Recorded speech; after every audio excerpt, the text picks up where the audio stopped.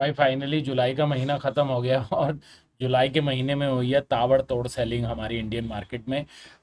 30 जून को जहाँ पे मार्केट ने टॉप बनाया था, 1 जुलाई से ऐसी सेलिंग होनी शुरू हुई है। पूरे जुलाई में 4.5% इंडियन स्टॉक मार्केट अब तक गिर चुका है और 1100 पॉइंट डाउन है जून के जो 30 जून का जो हाई है उससे। अब ये सारी सेलिंग क्यों हुई है ये तो तुम कहानी जानते हो मेजरली मोटा मोटा, फिर भी थोड़ा सा तुम्हारे से एक बात करना चाहता हूँ इसी के बारे में, सुनना ज़रूर, बड़ी इंपॉर्टेंट बात है।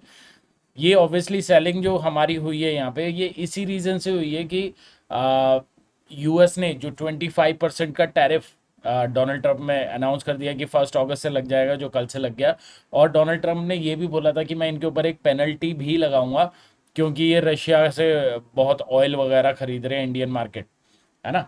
तो अब इसी वजह से क्या हुआ है कि जो है हमारे एफआईआई ने 47,000 करोड़ की सेलिंग कर दी है। यहाँ पे देखो तुम, 47,667 करोड़ की सेलिंग एफआईआई ने कर दी, बिकॉज डोनाल्ड ट्रंप ने बोला था कि मैं 25% टैरिफ और एक पेनल्टी लगाऊंगा क्योंकि इंडिया रशिया से ऑयल खरीदता है।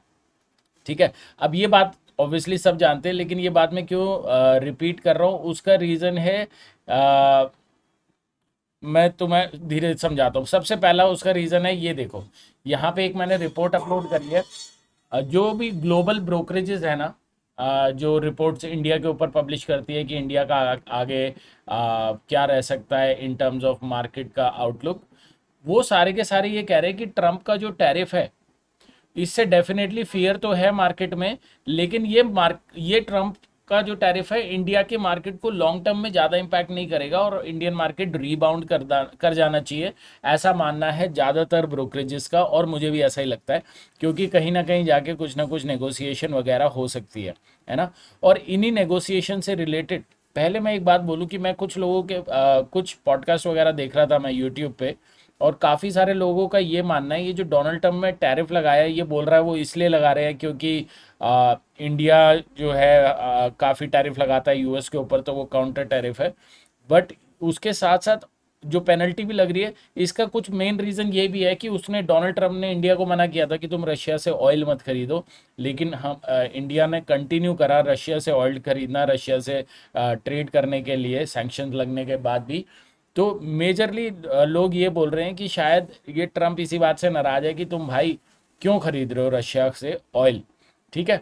और एक तुम्हारे को बात बोलूं, ट्रंप की एक कहानी वैसे भी है कि ट्रंप को बोलते हैं टाको, ट्रंप ऑलवेज चिकन्स आउट। तो ट्रंप जो भी अनाउंसमेंट कई बार कर देता है तो रातों रात वो पलट भी जाता है उससे, कि एकदम से जैसे जापान पीछे दिनों क्या हुआ था जापान के ऊपर, उसने बड़ी तगड़ी ऐसी, जैसे इंडिया के बारे में अभी बोल रहे हैं ऐसे जापान के बारे में बहुत नेगेटिव बोलना शुरू कर दिया था, जापान पे ये हो जाएगा वो हो जाएगा।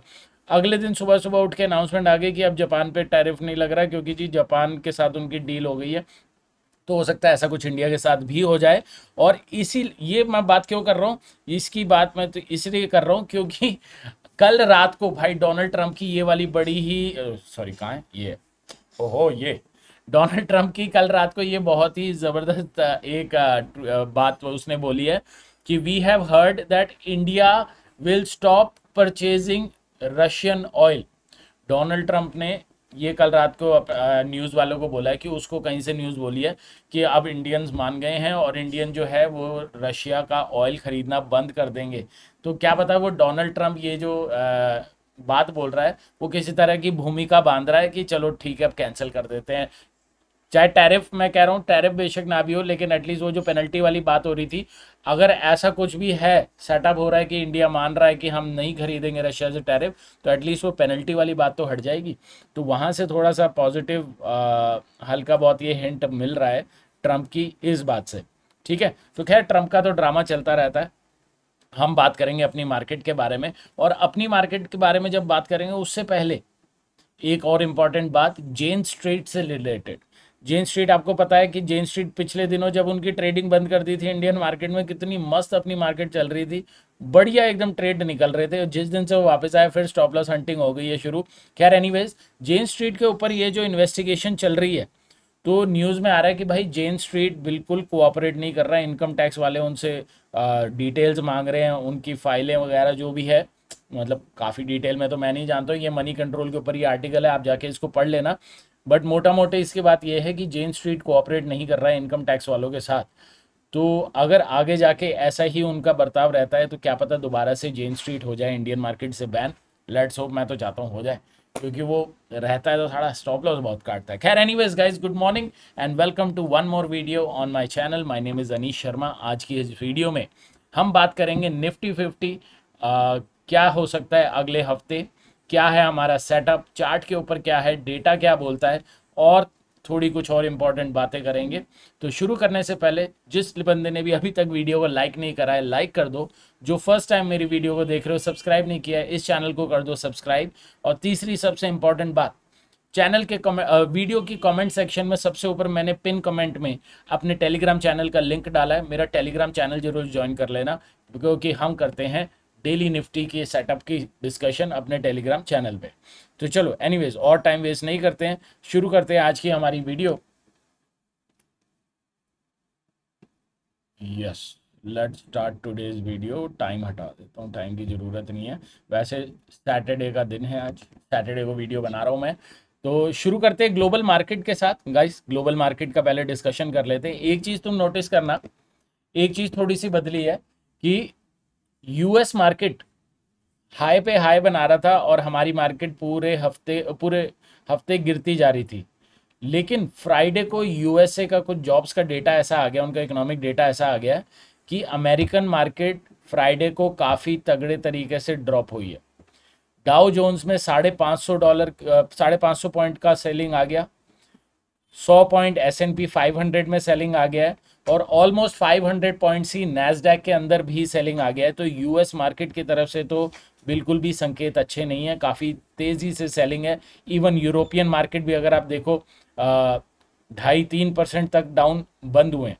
ठीक है, तो ये थोड़े से कंसर्निंग इश्यूज़ हैं ग्लोबल की तरफ से हमारे लिए। ठीक है, बट हाँ गिफ्ट निफ्टी में हमारा इतना कोई इम्पैक्ट नहीं है। गिफ्ट निफ्टी कल जब बंद हुआ है तो 10 पॉइंट बढ़कर ही बंद हुआ है, 24,609 पे बंद हुआ है गिफ्ट निफ्टी, जबकि हमारी निफ्टी की क्लोजिंग थी 24,565। तो हमारे गिफ्ट निफ्टी में इतना इम्पैक्ट नहीं है। बट अगर हम ग्लोबल मार्केट अगर देखेंगे तो ग्लोबल मार्केट की तरफ से काफ़ी नेगेटिव इम्पैक्ट है, काफ़ी ज़ोरों शोरों से सेलिंग हुई है यूएसए की मार्केट में। तो अब देखते हैं इसका हमारी मार्केट में क्या इम्पैक्ट होता है, क्या हमारा गैप डाउन होता है, वो हम डिस्कस करेंगे। अभी फ़िलहाल हम सीधा यहाँ से चलेंगे निफ्टी 50 के चार्ट के ऊपर, जहाँ पे मैं कुछ इंपॉर्टेंट बात आपसे करने वाला हूँ। ठीक है, इस बात को बड़े ध्यान से सुनना जो मैं अभी करने वाला हूँ आप लोगों के साथ। पहले ये सब डिलीट करते हैं। ओके, सबसे पहली बात ये है गाइज हमारा वीकली चार्ट। मैं पहले वीकली चार्ट से एक डिस्कशन करना चाहता हूँ। बड़ा एक इम्पॉर्टेंट पॉइंट मैं नोटिस कर रहा था, मेरी नज़रों में आया, तो मैंने कहा जरा देख लेते हैं। गाइज ये एक चीज़ नोटिस करना, 5 हफ्ते से लगातार रेड कैंडल बन रही हैं हमारी मार्केट में। 1 2 3 4 5 5 हफ्ते से लगातार निफ्टी में रेड कैंडल बन रही है, मतलब 5 वीक से लगातार मार्केट सेलिंग पोजीशन में आ रहा है। अगर तुम पीछे की हिस्ट्री देखोगे ना, ये कॉमन नहीं है। आई मीन 4 हफ्ते तक सेलिंग हो जाती है, ठीक है, फिर एक ग्रीन आ जाता है, लेकिन इस बारी 5 हफ्ते लगातार सेलिंग हुई है। अगर तुम ध्यान से देखोगे तुम्हें आसानी से ऐसा मिलेगा नहीं कि 5 हफ्ते लगातार रेड कैंडल बनी हो।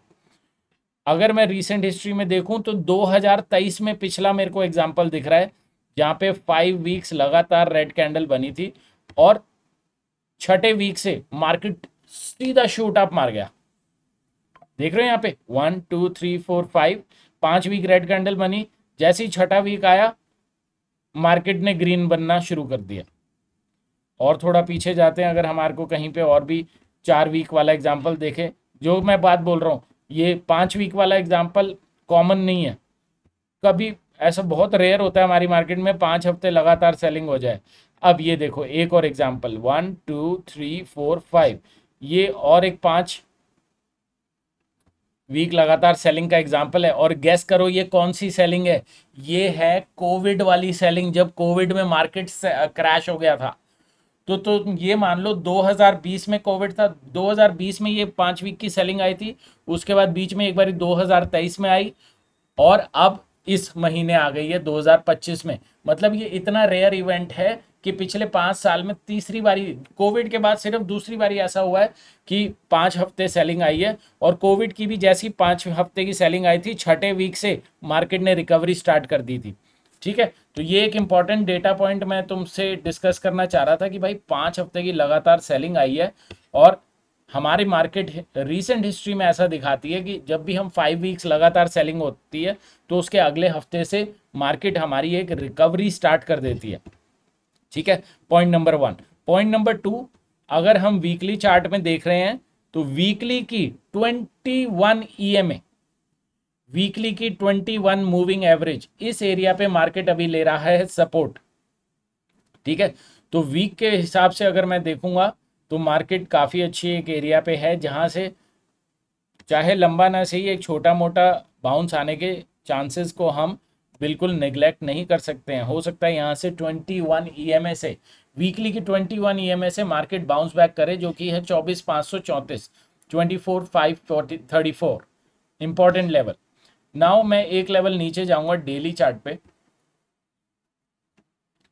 डेली चार्ट में जब मैं जा रहा हूँ, यहाँ पे अब कुछ इंपॉर्टेंट चीज़ें हैं जो हमारे को डिस्कस करना है, वेरी वेरी इंपॉर्टेंट। एक चीज़, जैसे ही गाइस आप मार्केट को खोलोगे सीधी आपको एक चीज़ नज़र आएगी गाइस। जब भी हम प्राइस एक्शन की बात करते हैं तो हम क्या करते हैं, लोअर हाई लोअर लो, लोअर हाई लोअर लो, लोअर हाई लोअर लो, है ना। बहुत ही क्लियर कट डेली चार्ट में जब हम देख रहे हैं, बहुत ही क्लियर कट तौर पे मार्केट लोअर हाई लोअर लो फॉर्मेशन कंटिन्यू किया हुआ है पूरे जुलाई के मंथ में। मतलब हम नेगेटिव ट्रेंड में हैं, इसमें कोई दो राय नहीं है, नेगेटिव ट्रेंड में है।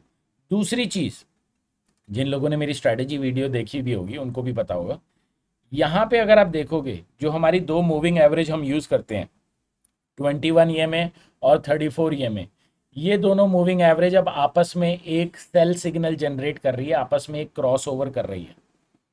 ठीक है, ये दोनों आपस में एक क्रॉस ओवर जनरेट कर रही है, तो जिसका मतलब है कि शायद एक बियरिशनेस कंटिन्यू हो सकती है मार्केट में। अगर हम डेली चार्ट को देखें, एक तो लोअर हाई लोअर लो बना रहा है, दूसरा हमारी जो मूविंग एवरेजेस है ये आपस में एक क्रॉस ओवर कर रही है।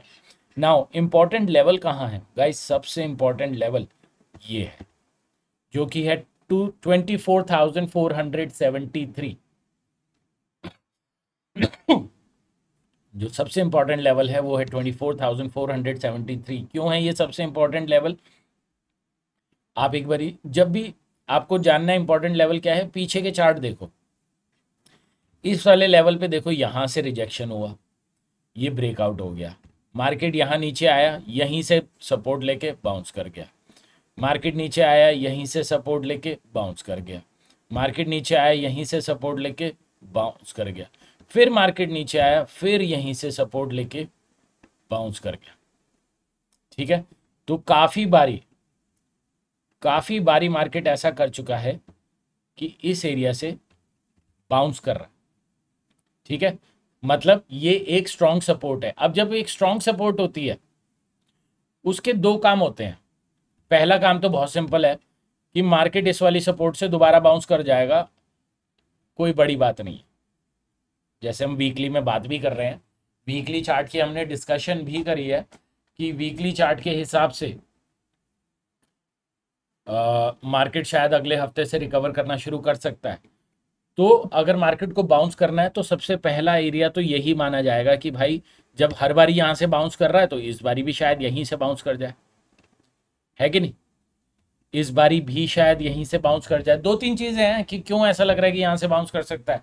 पहला, वो जो मैंने ट्रंप वाली बात बोली कि ट्रंप ने कल रात को एक अजीब सी गोलमोल बात कर दी है कि इंडियंस जो हैं वो अब रशिया को ऑयल नहीं खरीदेंगे, तो शायद ट्रंप अपना वो जो पेनल्टी वाला या ये इसके अंदर शायद बैक ट्रैक करना चाहता है। दूसरा, जो हमने वीकली में बात करी कि 5 हफ्ते लगातार सेलिंग हुई है, छठे हफ्ते से रिकवरी मारता है, निफ्टी की पुरानी आदत है। 2020 में भी यही हुआ था, 2023 में भी यही हुआ था, अब हो सकता है 2025 में भी सेम हो जाए। तो चांसेस है कि मार्केट अगले हफ्ते दोबारा से थोड़ी सी सेलिंग करें, क्योंकि फ्राइडे को यूएस मार्केट में काफ़ी सेलिंग आई है। और इस सपोर्ट जोन को या तो इसको टच करके ऊपर चला जाए या हल्का सा इसके नीचे जाके ऊपर चला जाए। हल्का सा इसके नीचे जाके ऊपर चला जाए, मैं क्यों बोल रहा हूँ, वो मैं इसलिए बोल रहा हूँ, स्टॉप लॉस हंटिंग, मार्केट में हमेशा स्टॉप लॉस हंटिंग होती है। अब जितने भी लोग यहाँ पे बायर्स बैठे हैं, जो यहाँ एंटर हुए, यहाँ हुए, यहाँ हुए, या ऊपर कहीं भी खरीदे, उन सब ने अपने स्टॉप लॉस इसके नीचे रखे होंगे। मैं इसका कलर कर देता हूँ रेड। रेड का मतलब है कि यहाँ पे लोगों के स्टॉप लॉसेस हैं। सब लोगों ने यही सोचा होगा, यार 24,500 के नीचे टूटेगा तब मैं एग्जिट कर दूंगा। जितने भी बायर्स बैठे होंगे 24,500 के उन्होंने स्टॉप लॉस अपनी लगा रखी होगी। तो हो सकता है मार्केट एकदम से यहीं से बाउंस ना करे, एक बारी इसके नीचे की तरफ जाए, लोगों के स्टॉप लॉस ले और फिर रिकवरी मारे। ये भी एक पॉसिबिलिटी हो सकती है। अगर ऐसा होता है तो कहाँ पे है उसकी चांसेस, उसकी चांसेस, ये मूविंग एवरेज देखो, ये कौन सी है मूविंग एवरेज, 200 EMA। 200 EMA ये काफ़ी इंपॉर्टेंट मूविंग एवरेज है, 24,180 के आसपास। ठीक है, तो मोटा माटी अगर हम दो लेवल इस टाइम डिस्कस करने हो हमारे को, पहला लेवल हमारा रहेगा 24,473, 24,475, और दूसरा रहेगा अगर वो टूट जाता है तो उसके 300 पॉइंट नीचे 24,175। 200 EMA काफ़ी इंपॉर्टेंट मूविंग एवरेज रहती है। तो ये दोनों इंपॉर्टेंट मूविंग एवरेज है। अब या तो मार्केट यहीं से बाउंस कर सकता है, या फिर लोगों के स्टॉप लॉस खाने के लिए एक बार नीचे आए और 200 मूविंग एवरेज से बाउंस कर जाए।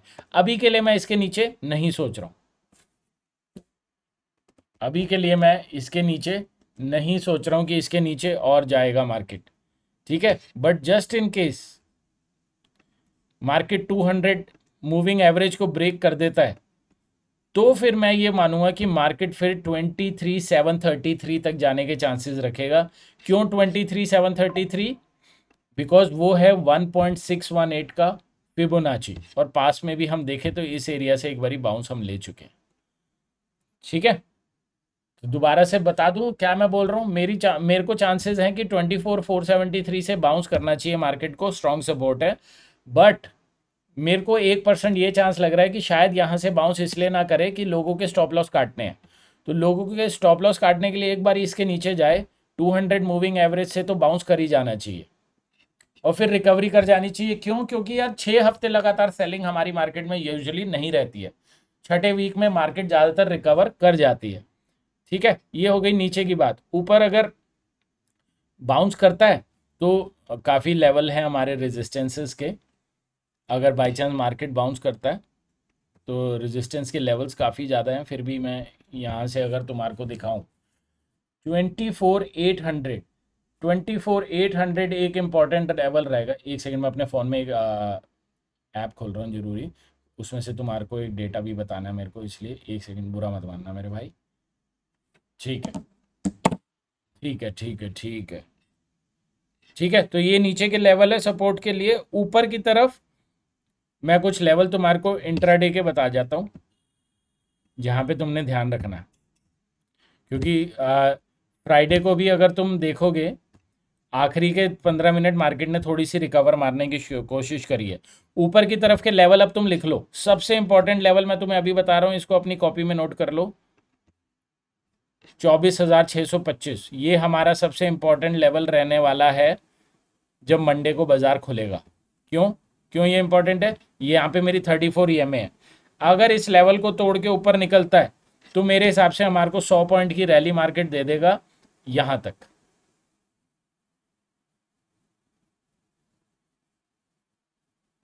चौबीस 721। ठीक है, ये 200 EMA है यहाँ तक, तब तक थोड़ा नीचे भी आ जाएगी।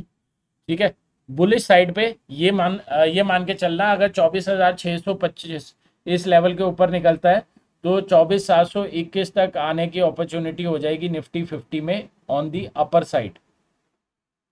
ठीक है, और नीचे की तरफ मैं लेवल वैसे तुम्हारे को ऑलरेडी बता चुका हूँ, 24,475 नीचे का लेवल है जो मैंने तुम्हें बताया, 24,475।